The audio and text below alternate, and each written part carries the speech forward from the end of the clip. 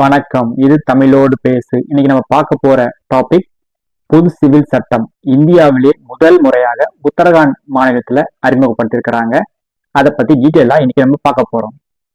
பொது சிவில் சட்டம்னா என்ன, அதோட சிறப்பு அம்சங்கள் என்னன்னு பார்க்கலாம். யூசிசி எனப்படும் பொது சிவில் சட்டம் பாத்தீங்கன்னா பார்லிமெண்ட்ல நிறைவேற்றப்பட்டுச்சு. கடந்த 2024 மார்ச்ல அரசியல்ல வெளியிட்டாங்க. நேற்று உத்தரகாண்ட் மாநிலத்தோட முதலமைச்சர் திரு புஷ்கர் சிங் தாமி தலைமையிலான பாஜக அரசு இந்த பொது சிவில் சட்டத்தை நடைமுறைப்படுத்திருக்கிறாங்க. ஏற்கனவே பாஜக தன்னோட தேர்தல் வாக்குறுதியில இந்த சட்டத்தை நாங்க ஜெயிச்சா கொண்டு வருவோம்னு சொல்லியிருந்தாங்க. சொன்னபடியே இந்த சட்டத்தை கொண்டு வந்திருக்கிறாங்க. ஃபர்ஸ்ட் பொது சிவில் சட்டம்னா என்னன்னு பார்க்கலாம். அதுக்கு முன்னாடி இந்தியாவில 2 வகையான சட்டங்கள் இருக்கு. ஒன்னு கிரிமினல், மற்றொன்று சிவில். கிரிமினல் வகைன்னு பாத்தீங்கன்னா கொலை, கொள்ளை இந்த மாதிரி தப்பு பண்றவங்க பாத்தீங்கன்னா காமனா ஒரே தண்டனை. அதுக்கு எந்த மதமும் ஜாதியும் கிடையாது. எல்லாத்துக்கும் ஒரே வகையான தண்டனை. அதுதான் கிரிமினல்.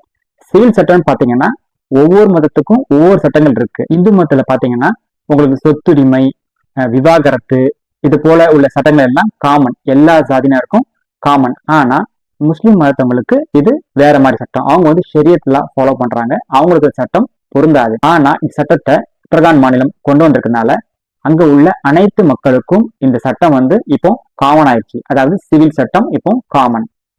இந்த சட்டத்தை அந்த மாநில முதலமைச்சர் கொண்டு வந்தாரு. அதோட வீடியோ நம்ம ஃபர்ஸ்ட் பார்க்கலாம்.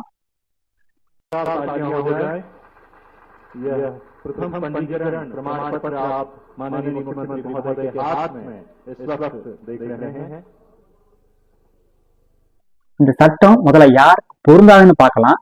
பழங்குடியினர், அதாவது ஷெட்யூல் ட்ரைப் சொல்லுவாங்க, எஸ்டி, அவங்களுக்கு இந்த சட்டம் பொருந்தாது. இப்போ இந்த சட்டத்தோட சிறப்பம்சங்களை பார்க்கலாம். திருமண வயது வந்து நிர்ணயிச்சிருக்கிறாங்க. அதாவது ஆண்களுக்கு 21 வயசும் பெண்களுக்கு 18 வயசுன்னு நிர்ணயிச்சிருக்காங்க. இந்த வயசுக்கு கீழே திருமணம் பண்ணா அது சட்டப்படி குற்றம் அப்படின்னு ஆக்கியிருக்கிறாங்க. அதே போல திருமணம் செஞ்ச உடனே திருமண பதிவு கட்டாயம் சொல்லியிருக்கிறாங்க. குறிப்பிட்ட மாசத்துக்குள்ள கட்டாயமா திருமணம் பதிவு பண்ணணும்.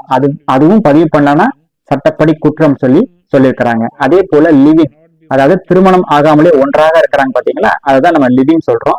அந்த வகையான இதை கூட சட்டப்படி பதிவு பண்ணணும் குறிப்பிட்ட மாதங்களுக்குள்ள. அப்படி பதிவு பண்ணாத பட்சத்துல 3 மாதங்கள் வரை சிறை தண்டனை கிடைக்கிறதுக்கு வாய்ப்பு இருக்குன்னு சொல்றாங்க. சட்டத்தோட வேற அம்சங்களையும் நம்ம பார்க்க போறோம். குறிப்பா பலதார திருமணம் அதற்கு தடை பண்ணியிருக்கிறாங்க. அதே போல முத்தலாக் அதுக்கும் தடை பண்ணியிருக்கிறாங்க.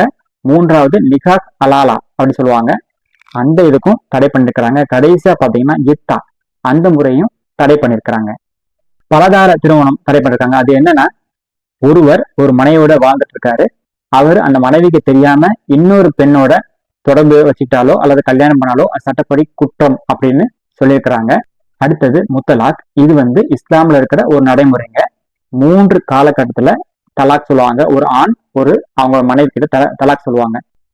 ஃபார் எக்ஸாம்பிள், இன்னைக்கு தன்னோட மனைவிக்கு தலாக் சொல்றாரு ஒரு கணவர். அதுக்கு அடுத்த 2 மாசம் கழிச்சு மற்றொரு முறை தலாக் சொல்லுவாங்க. இந்த 2 தலாக் நடுவுல அவங்க மனசு ஒரு சரியாயிடுச்சுன்னா செகண்ட் தலாக் தர வேண்டாம். இல்ல 2வது தலாக்கும் கொடுத்துட்டா அடுத்த 3 மாசத்து வரைக்கும் ஒரு டைம் இருக்குது.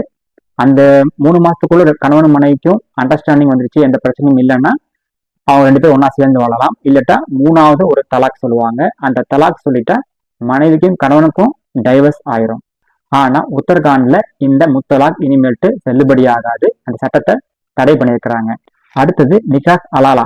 ஒரு கணவன் பாத்தீங்கன்னா ஒரு மனைவி கிட்ட டைவர்ஸ் வாங்கிட்ட பிறகு அந்த கணவனும் மனைவியும் மீண்டும் திரும்பி ஒண்ணு சேர்ந்து வாழணும்னு நினைச்சாங்கன்னா அந்த மனைவி வேற ஒரு நபரை திருமணம் செய்யணும்.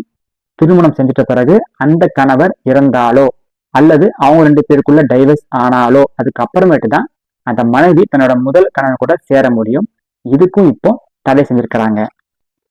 அடுத்தது இத்தா, அதை பத்தி பார்க்கலாம். ஒரு மனைவி வந்து அவங்க கணவனை பிரிஞ்சிட்டாலோ அல்லது அந்த கணவன் வந்து இறந்துட்டாலோ அந்த பெண் வந்து குறிப்பிட்ட காலம் வரைக்கும் காத்திருக்கணுங்க. அதாவது அந்த பெண் வந்து மறுமணம் செஞ்சுப்போம் பாத்தீங்களா. ஸோ அந்த காலகட்டத்துக்குள்ள அவங்களுக்கு அந்த பெண்ணுக்கு குழந்தை பிறக்கக்கூடாதுல்ல, அதுக்காக தான் இந்த சட்டம் இருக்குது. அதாவது அந்த முதல் ஒரு 3 மாசம் 6 மாசம் வரைக்கும் அந்த பெண் தனிமையில இருப்பாங்க.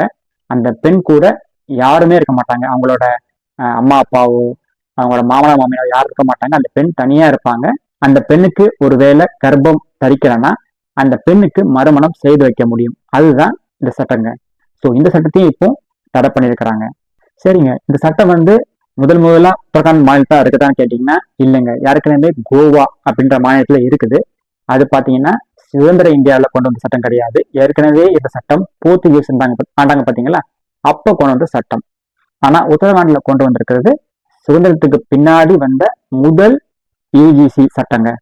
இந்த சட்டத்தை பத்தி இஸ்லாமிய மக்கள் என்ன கருத்து தெரிவிக்கிறாங்கன்னா, இது எங்க மதத்துக்கு எதிரானதுங்க, நாங்க இந்த சட்டத்தை ஏத்துக்க மாட்டோம்னு சொல்லியிருக்கிறாங்க. அந்த மத சேர்ந்தவங்களும் இப்போ கோர்ட்டு நாடி இருக்கிறாங்க. கோர்ட்டு என்ன சொல்லணும்னு கூடிய சீக்கிரத்தில் நம்ம பார்க்கலாம். நேர்களுக்கு ஒரு வேண்டுகோள், இந்த சட்டத்தை பத்தி நீங்க என்ன நினைக்கிறீங்க? இந்த சட்டம் இந்தியா முழுக்க அமல்படுத்தலாமா வேண்டாமா? இது இஸ்லாமியர்களுக்கு எதிரான சட்டமா அப்படின்னு உங்களோட மைண்ட்ல இருக்கிறத நம்ம கமெண்ட் பாக்ஸ்ல சொல்லுங்க. நாம டிஸ்கஸ் பண்ணலாம். மீண்டும் நாளைக்கு ஒரு நல்ல நிகழ்வோட பார்க்கலாம். நன்றி, வணக்கம்.